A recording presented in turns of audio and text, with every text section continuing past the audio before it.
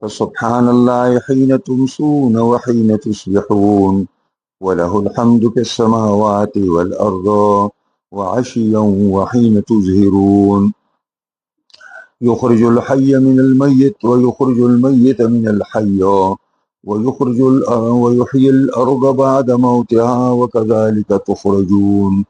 ومن آياته أن خلق لكم من تراب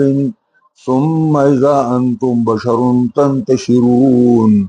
ومن آياته أن خلق لكم من أنفسكم أزواجا لتسكنوا إليها وجعل بينكم مودة ورحمة إن في ذلك لآيات لقوم يتفكرون صدق الله مولانا العظيم. دا پدې سبق کې الله رب العزت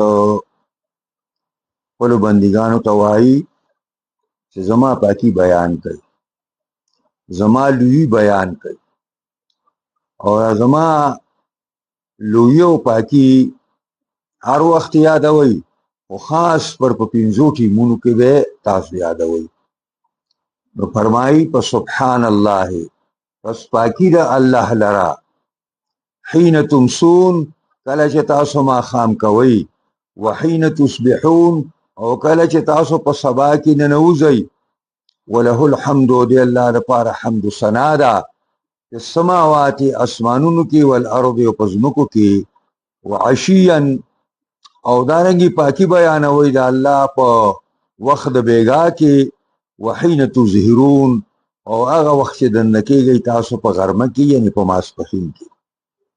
یخرج الحي من المیت، روباسي الله ژوندي لرا د مړي نه، او روباسي ويخرج المیت من الحي، او روباسي مړي لرا د ژوندي نه، او يحيي الارض بعد موتها، ژوندی کوي الله پاک ځمکه پس د اوچوبې د دې ځمکې نه. وکذلک تخرجون، دقسې به تاسو هم د قبرونو نه راویستی کېږئ. ومن آیاته ان خلقکم من تراب، او من جمله د دلایلو د قدرت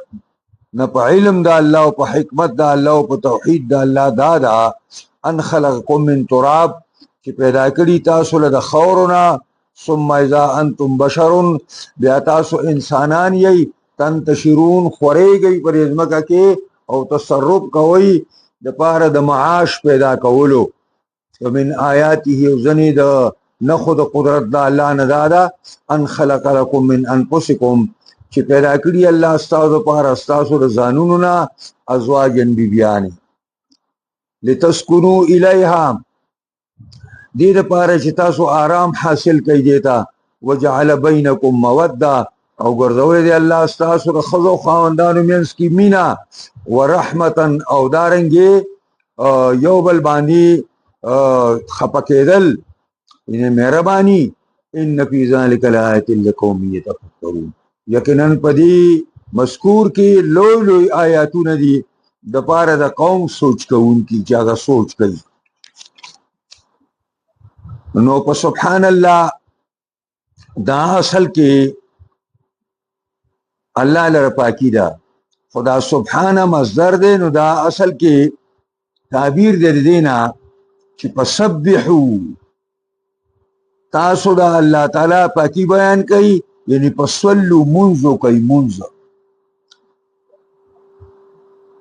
دا عبدالله زیر عباس رضی اللہ تعالی عنہما نے تپوسو شو، تاسو ته په قرآن مجید کې داسې ځای معلوم دی چې پنځه منځونه پکې ذکر شوي. نو عبدالله بن مسعود د قرآن، د عبدالله بن د عباس ماهر په قرآن کې، حبر الامه ورته وایي، او نعمت ترجمان للقرآن ورته وایي، ښه ترجمه کوونکی د قرآن عبدالله بن عباس. هغه ویل دا آیات دی که نه، فسبحان الله پاکی بیان کوي د الله، حین تمسون کله چې تاسو دننه کېږئ په ماښام کې، یعنې د ماښام مونځ شو. وحین تصبحون او کله چې تاسو دننه کېږئ په سحر کې، د سحر مونځ شو. دو مونځونه شو، او په دې منځ کې وله الحمد فی السماوات والارض دا جمله معترضه ده، او دا جمله معترضه دې لپاره ده چې د الله حمد اسمانونه والا هم وایي او ځمکو والے هم وایي. د الله لپاره حمد دی په اسمانونو کې، یعنی اسمانونو والم د الله تعالی پاکي بیانوي او د الله صفات کمالیه بیانوي، والارض او ځمکې والے هم بیانوي، او عشیا او دارنګي پاکي بیانوي د الله د ورځې په آخر کې،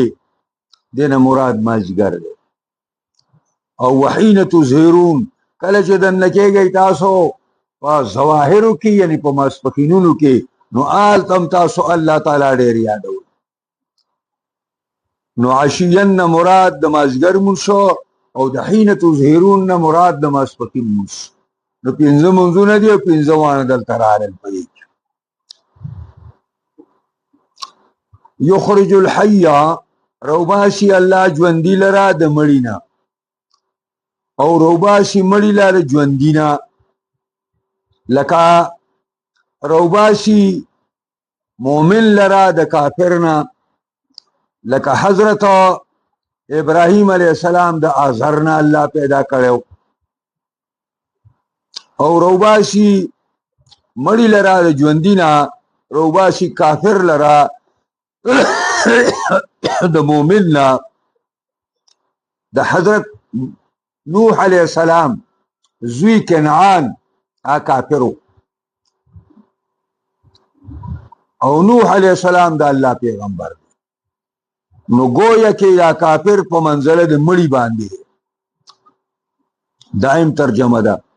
دائم ترجمه ده. یخرج الحی من المیت، روباسي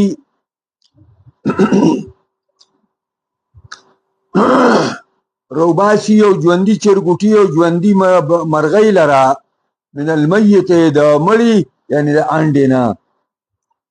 او یخرج المیت روباسي دغه انډه من الحی دغه چرګې نه بیا. او یحیی الارض بعد موتها، او ژوندی کوي الله ځمکه پس د اوچوبې نه. دا ځمکه اوچه شي، باران پې نه کېږي، بس بالکل دا دوړې پکې الوزي، الله رب العزت په باران وکړي، پس د اوچوبې نه دا په وښو باندې تکه شنه شي، په فصلونو باندې مزیدار شي، ګلونه پکې را پیدا شي، میوې پکې را پیدا شي. اوس الله فرمایي څنګه چې اوچه ځمکه زه دوباره ژوندی کوم، او هغه اوچه ځمکه د ګیاو د وښو د فصلونو نه ډکوم، وکذلک تخرجون، یو مسلې نه بلې ته لاړو، دقسې تاسو به راویستې کېږئ د دې ځمکې نه. تاسو په دې ځمکه کې ګډوډ شئ، او بیا چې کله الله غواړي د دې ځمکې نه به د خریړو په شکل باندې راوړي او را پیدا به شي. نو اثبات د قیامت شو، دا موضوع ده په دې صورت کې.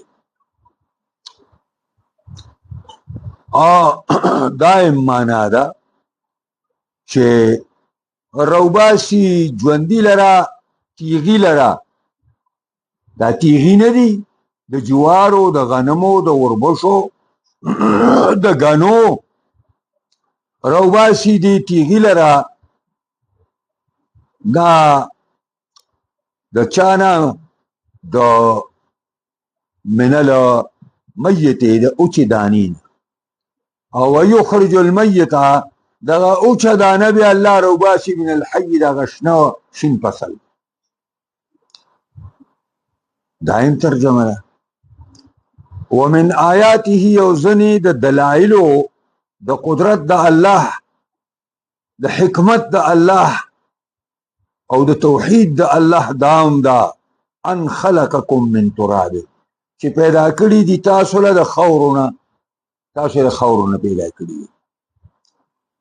نو موږ څنګه د خاورونه پیدا یو؟ نو ستاسو پلارې اول الله د خاورونه پیدا کړ، چې هغه حضرت آدم علی نبینا علیه الصلاة والسلام دی. دا غنه الله تاسو ټول پیدا کړی، هغه خاورونه پیدا، دا هغه بیبي د الله تعالی دا هغه تنې نه پیدا کړی و، او بیا دا مخلوق دی چې دغسې روان دی په طریقه د تناسل باندې دا د نطفې نه الله تعالی پیدا کوي او دایم معنا ده چې تاسو ټول برای راست خاورې نه پیدا یې د هغې وجه دا ده چې دا مور او پلار خوراک وکړي هغه خوراک د 7 هضمونو نه تیر شي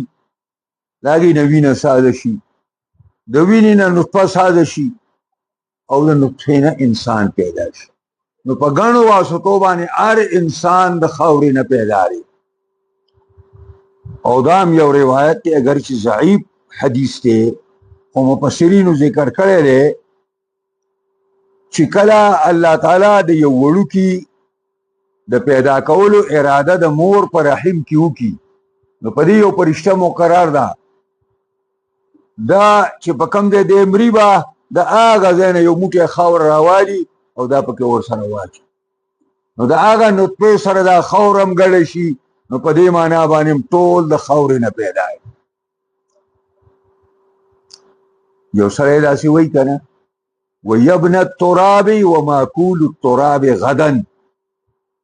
اکثر فانک ماکول ومشروبی وی چې یا ابن التراب د خاور زویا ای د خاور زویا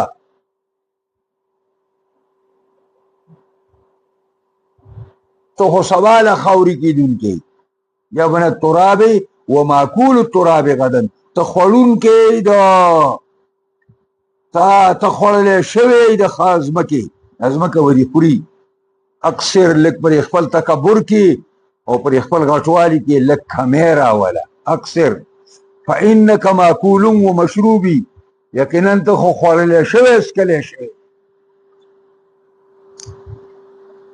ثم اذا انتم بیا پس د دې نه تاسو بشرون انسانان یئ تنتشرون خوریږئ په دې ځمکه کې خوریږئ په دې ځمکه کې تصرفات کوئ په دې ځمکه کې د معاش دپاره او د ژوند د تېرولو سامان پیدا کوئ دغه یو آدم علیه السلام او حوا به یو د هغې دوه کسه دوه انسانان او د هغې نه الله تعالی دا بچي شروع کړه او دا بچي مشرق او مغرب او شمال او جنوب ته ورسېده ټوله ځمنه یې ډکه کړه اوس په خاخو باندې اوړي او د شمار نه وتي د کربونو په انداز باندې د کربونو په انداز باندې انسانان دا صرف د یو مور او پلار نه پیدا دي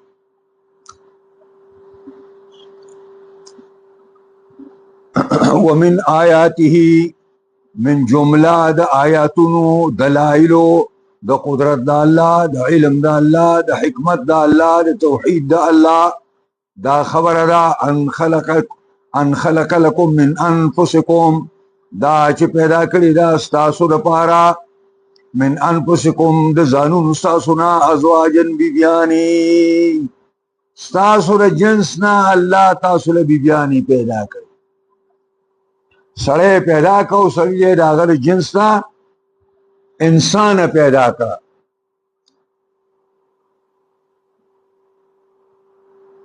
لتسکنو الیها دې دپاره چې تاسو آرام حاصل کړئ دې ازواجو ته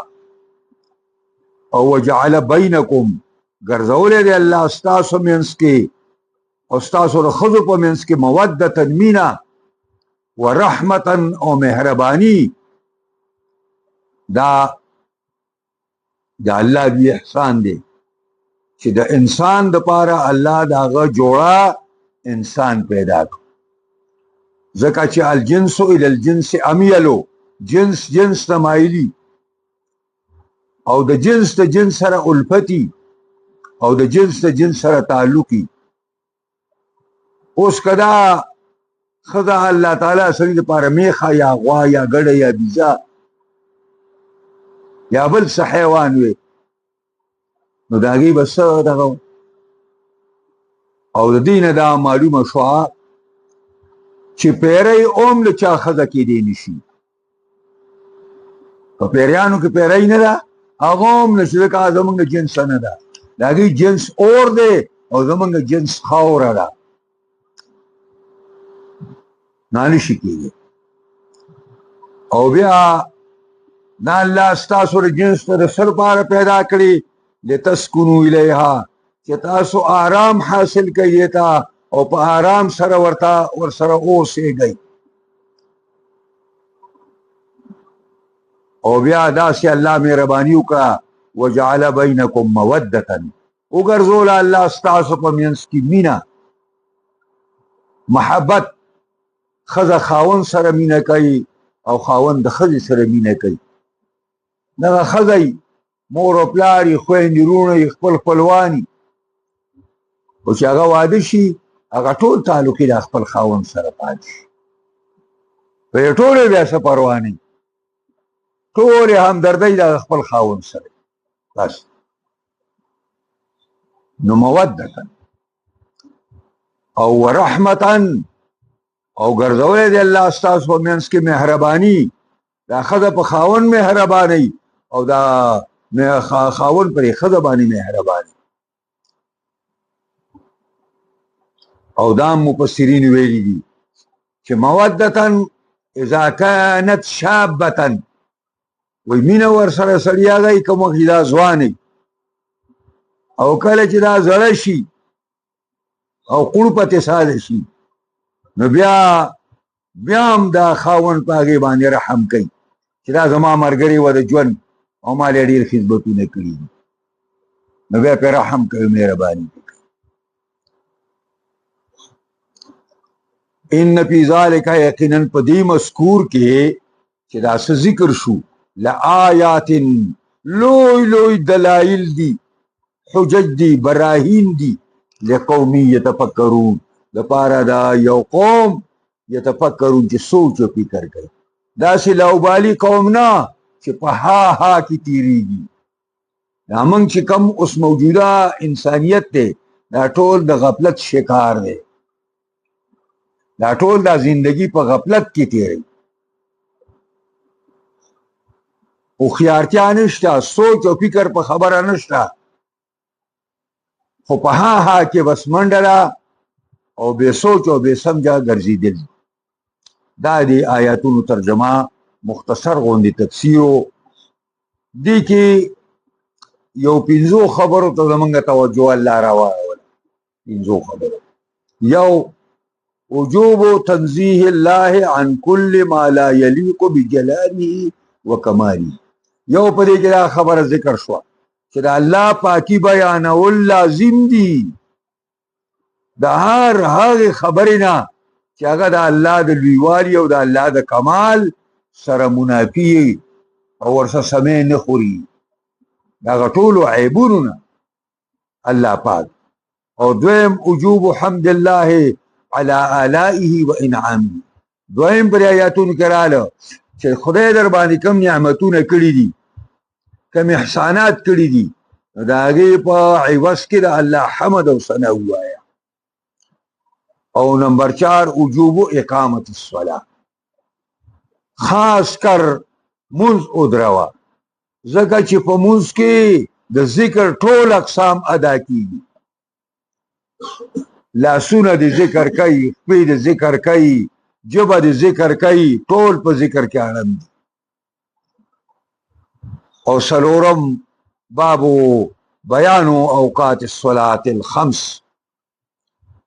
په دې آیاتونو کې د پنځو منځونو او پنځه اوقات ذکر شو عبدالله ذی عباس نه چې تپوس وشو چې تاسو ته په قرآن کې معلومات شته چې د پنځو منځونو ذکر چېرته راغلی دی نو حضرت عبدالله ذی عباس تلاوت د دې آیاتو کو ویل دا دی او پنځم بیان او مظاهر قدرت الله بیان د هغه ځایونو د ظهور او د پړه کېدلو د قدرت د الله د علم د الله د حکمت د رحمت د الله المقتضیة للتوحید چې هغه مطالبه کوي د یووالي د الله او المقررة لعقیدة البعث والجزا او هغه دا ثابتوي چې د مرګ نه وروسته ژوند حق دی او د الله دربار کې پیشي حق ده حساب کتاب حق دی او جنت لتل د نیکانو او جهنم ته تلل د بدانو حق دی دا ټول حق الله دې موږ تاسو कुरान अजीम शान किताब बानी पोए की और दे सर सर दे अल्लाह मुझे पर बानी कामिल मुकम्मल अमल करूँ तौफीक राखी। कुरानी निज़ाम शरीयत निज़ाम अल्लाह पर तमाम जहान की खासकर पाकिस्तान के रावली दिल सो कार कई कामयाबी की सो के मुखालफत के अल्लाह हिदायत और तो की कबत किस्मत तबाही की अल्लाह जम गटोल नाराजी शे अल्लाह जम गटोल पर हालत बाने रहम की खातिमा जम गटोल पर ईमान बाने की खुदाए खातिमा जम गटोल पर ईमान बाने की खुदाए खातिमा जम गटोल पर ईमान बाने की या अल्लाह जम पर मुल्क बाने रहम की पर मुल्क के अमन निज़ाम सोकाली निज़ाम खैर ख्वाही निज़ाम मीन द मोहब्बत निज़ाम इस्लामी निज़ाम कुरानी निज़ाम अल्लाह रावली दिल सो कार कई अल्लाह कामयाबी की सो किम जो मुखालफत कई पहाड़ रंगी कई अल्लाह हिदायत वर्तो की समलार होता खाए कनई तबाह बर्बादी की अल्लाह जमुन टोल नाराजी शे खातिमा जमुन टोल को ईमान की।